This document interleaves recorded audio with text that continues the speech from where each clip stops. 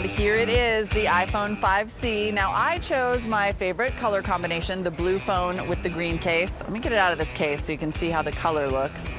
Now, despite that comment about it being unapologetically plastic, it does not feel as plasticky as something like the Galaxy Note or the Galaxy phones. It's clearly plastic, but it's not lightweight. It does have that kind of pleasant iPhone heft.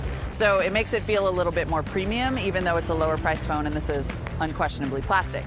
Now, as for these cases, these are $29, which seems a little excessive. They do add that kind of extra style, although someone on Twitter pointed out that they look a lot like either Crocs or Connect 4. And I'm not gonna lie, that kind of ruined it for me because look, it really looks like Crocs. The overall style is on trend. It's definitely hip to be all kind of 80s and neon, but it's not something you're gonna wanna carry for more than a year or two because it's gonna look dated. All right, let's check out iOS 7 and keep going about our day. I'm posting an empty mall scene, #zombies. Ooh, I'll check out some notifications. It's currently 64 degrees, the high will be 73. Kind of cool. So once I have my photo, I can do all kinds of editing. So I have my whole edit menu. I can, of course, auto-enhance. There are filters now built right in, which is kind of cool. Very Instagram ready. The filters are pretty subtle. The only thing I don't like about all the filters is that when you apply them and make all these edit changes, you can't save an original. You just save the edited version. That's kind of a bummer. But then sharing gets very easy. So the first thing you notice is that you have AirDrop as a menu option, which in theory lets you share instantly with people nearby who also have iOS 7 devices with AirDrop turned on. That's kind of Apple's replacement for NFC. I'm sure it's easy and seamless, but obviously it depends on adoption. Use as wallpaper. I'll set my beautiful hummingbird as both. Alrighty, and check me out. I'm so artsy. Now, one extra bonus that came along with iOS 7 is iTunes Radio. If you're like me and you've been trying to sort of hack your Spotify together with your iTunes collection, you know that Spotify is obviously not well integrated with iOS. This gives you the ability to have streaming radio stations, and if you pay for iTunes Match, then you can stream all the songs you already own, which kind of increases the size of the streaming catalog.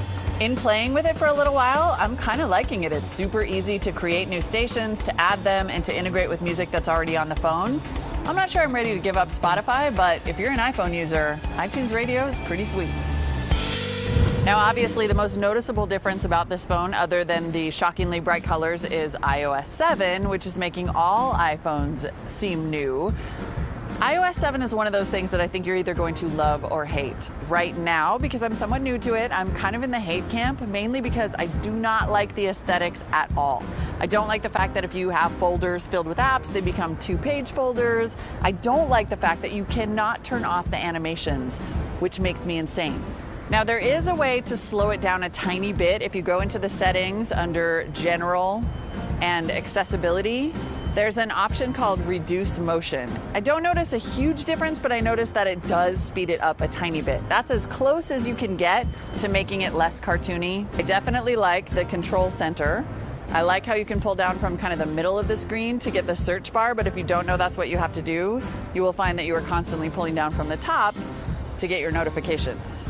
One other small improvement that I really like is that now when you open up Safari, the search and URL bar is permanently affixed to the top of the page like it should be, and it's just one bar. I think it takes some getting used to. If you've been living with the old OS for a long time, it is obviously going to be more of a shock to the system, and I'll let you decide for yourself about the aesthetics.